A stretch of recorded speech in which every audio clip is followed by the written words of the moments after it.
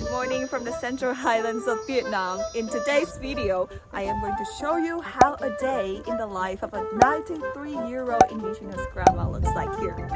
Let's get started.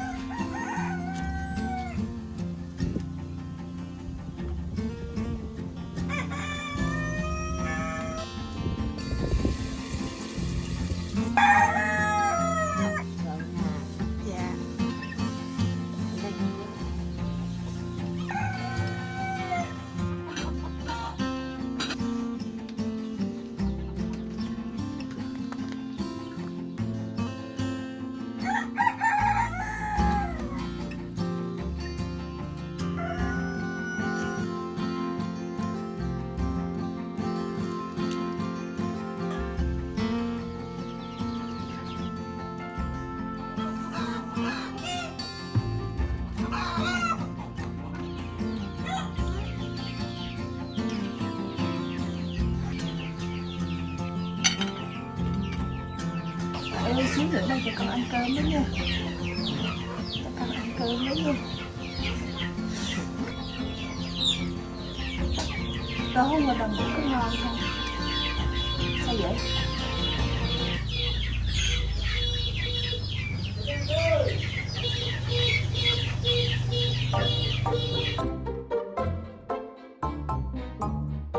Chị hồi nãy cái anh kia là anh lấy nợ quá hả? Không, đi là thu tiền điện. À, thu tiền điện mà đi sớm vậy đó hả? Sớm để dân đi làm. Dạ. Em trả chị ạ.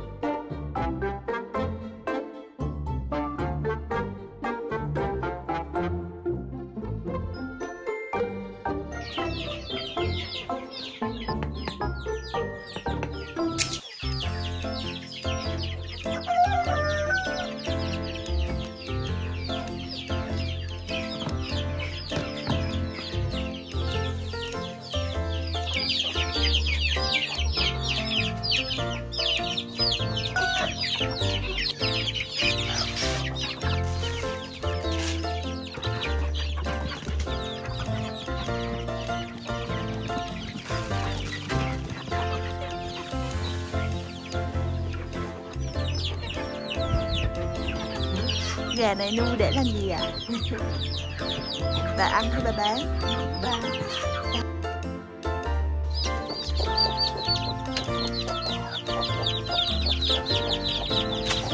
Tên ấm hả?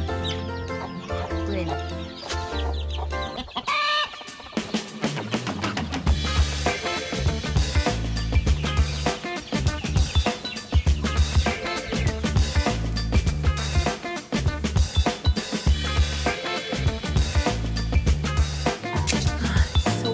Up here. I stayed here last night and it's getting a little bit cold because I'm not used to this weather.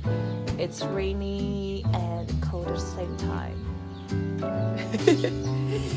Grandma finds it funny because I am speaking English. Con nói tiếng Anh buồn cười quá hả bà?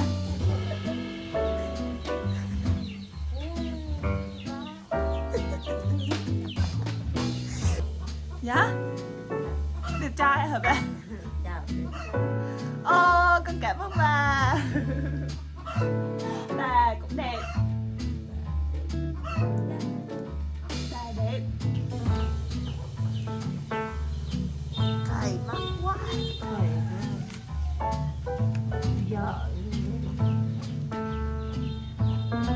Say sáng hôm nay bà có đi làm không? Lạnh hả?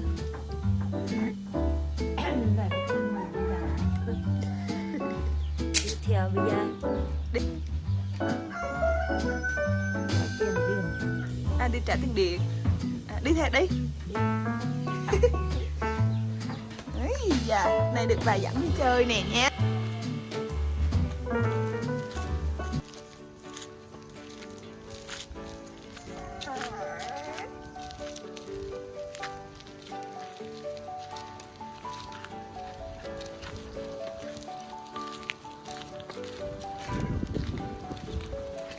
Trời mưa rồi. Đi xuống cái đường này hả? Oh my god. This is so slippery.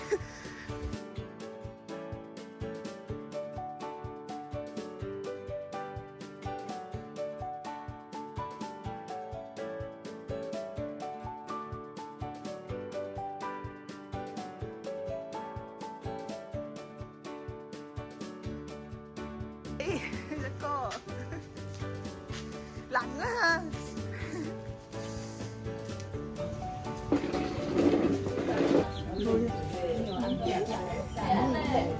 Con ngồi dưới đâu? Ngồi cạnh đại đó.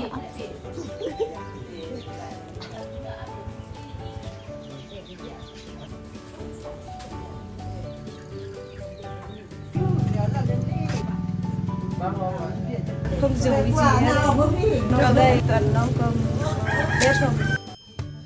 Dạ?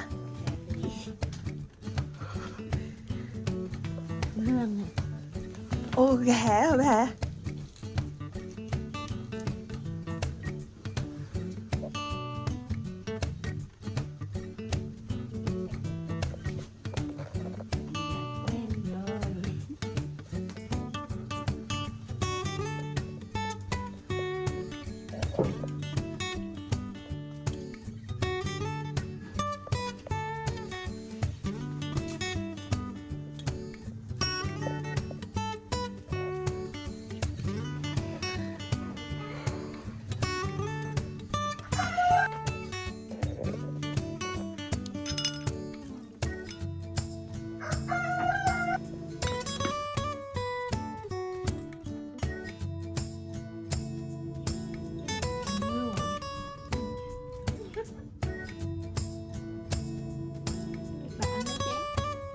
Bà trên bà rất là khỏe. Ăn cơm là thôi đi làm đúng rồi.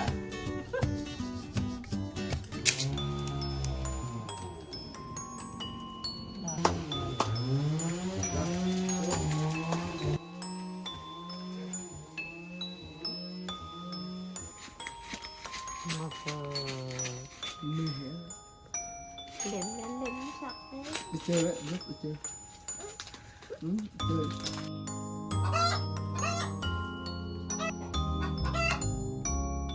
So since Grandma is sleeping, I am going to take a walk around the village.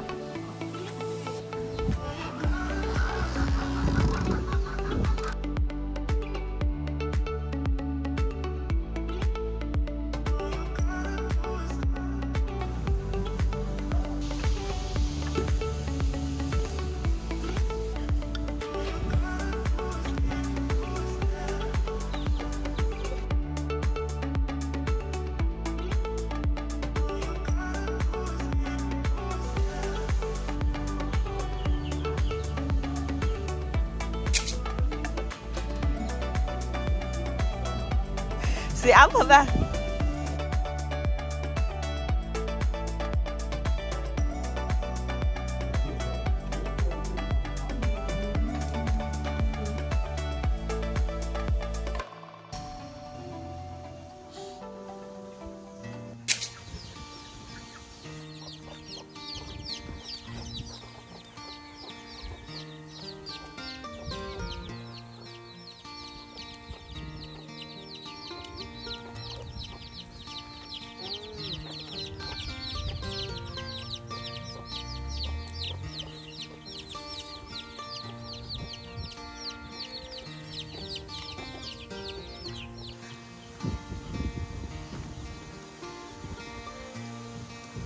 Thế ẩm thì cái lệ và thì cái nửa cái liền này thì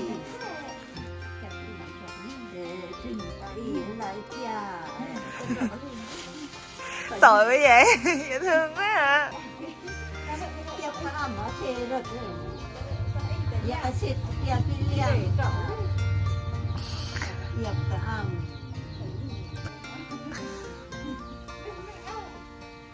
rất sạch Nè. biết chìm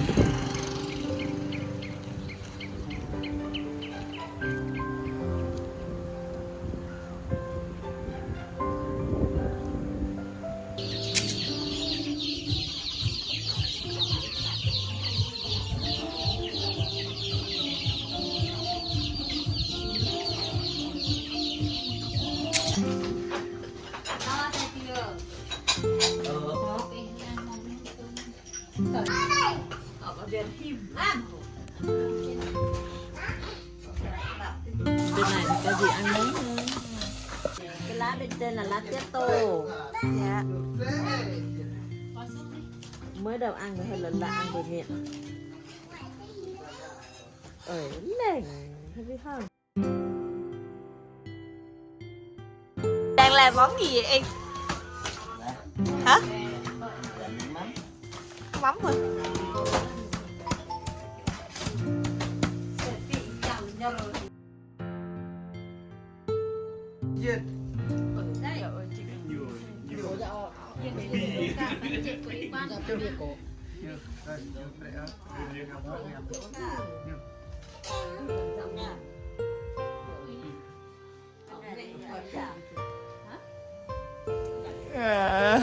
Tạm biệt. Chúc ba sức khỏe nha. Hẹn gặp ba lại sớm ha. Dạ. Chào ba. Đi từ từ nha. Dạ.